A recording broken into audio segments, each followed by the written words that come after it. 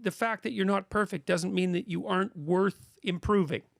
You actually need a plan for your life, because the thing is, a plan gives you goals, things to aim at. And like, imagine you went to the shooting range and you didn't have a target. Well, what the hell fun is that? What are you going to do? Shoot your rifle into the air? Get the hell out there and do it. And sometimes if people need a catalyst, so there's that moment, right?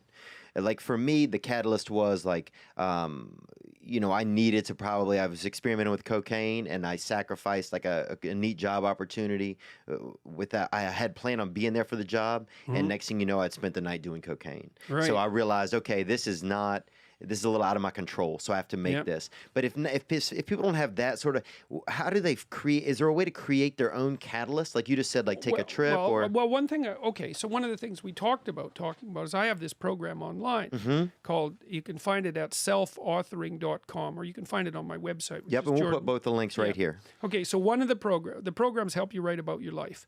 And by the way, you don't have to be able to write very well to do this. And if you do it badly, that's just fine, as long as you do it, because doing it is badly is way better than not doing it at all, which is kind of like a motif for life, right? Get the hell out there and do it. You're not going to do it perfectly, but it's better than not doing it at all. You'll make your mistakes, but you'll learn.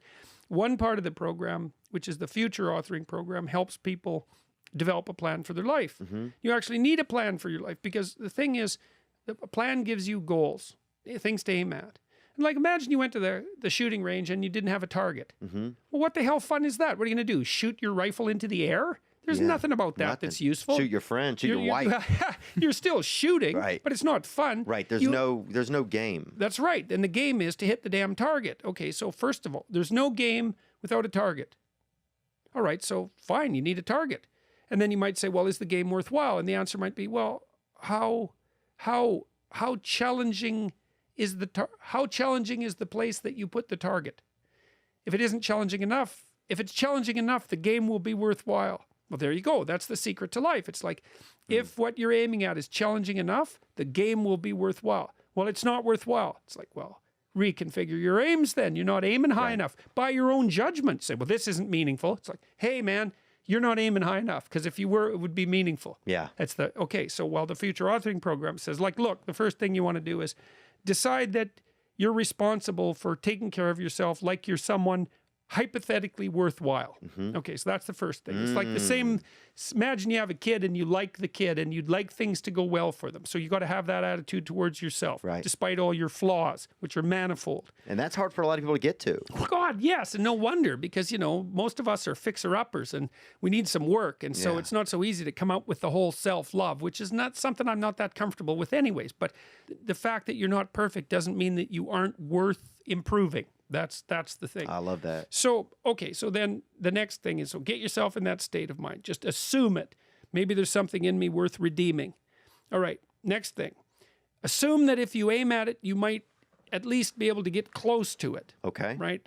Or that you'll aim at it and miss, but your aim will get better across time. And you're taking a shot in the right direction. Yes, that's exactly it. And you're starting to move in the right direction. And even if you haven't got your goals specified properly, as you move towards them, you'll get smarter and you'll be able to make better goals. So you're on the right track. You're starting to calibrate. You're starting to calibrate. Exactly what you're doing. You're starting to calibrate.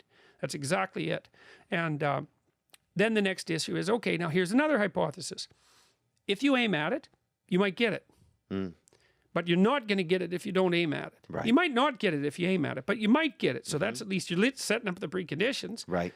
Next step.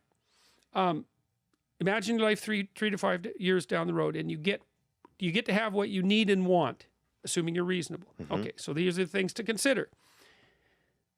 How would you like your family to be if it could be the way you wanted it to be? What are you going to do with your relationships with your siblings and your parents? What about your kids and your wife?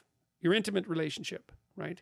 If you could have what you wanted, what it would look like, your career or your job, what's it going to be and how are you going to conduct yourself in it? How are you going to educate yourself? Because you're not as smart as you could be. You need to know some more things, because unless your life's perfect, you're too ignorant. That's basically the issue.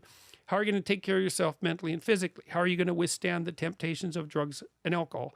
What are you going to do outside of your work that's productive, engaging, and meaningful? Okay, so that's 7 things. It's just, even hypothetically, if you could have what you wanted, what would it look like? Okay, next thing.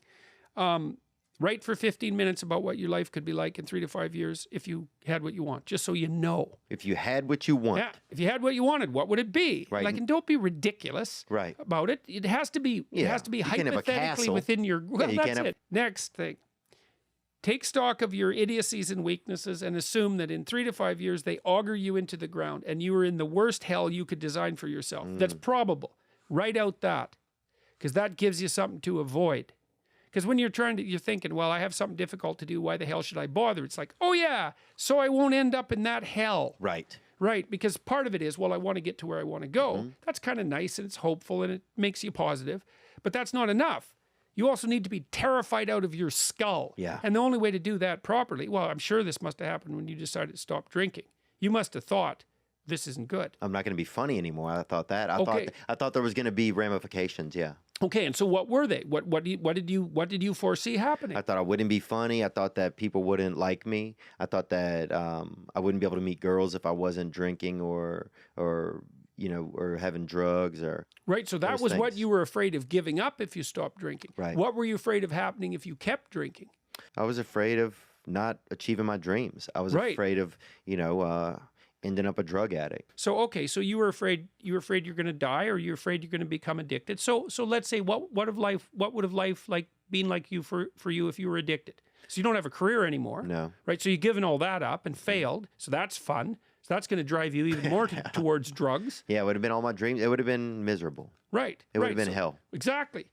So why quit drinking? So I don't end up in hell. Hey, there's a reason to stop. And then if you make that hell real, it's like, here's all the details of my personal hell. Yes, let's avoid that. Right. So then you have something to run the hell away from. Right. and So now something you to have run something towards. towards and something to run away from. And I'll say this too, as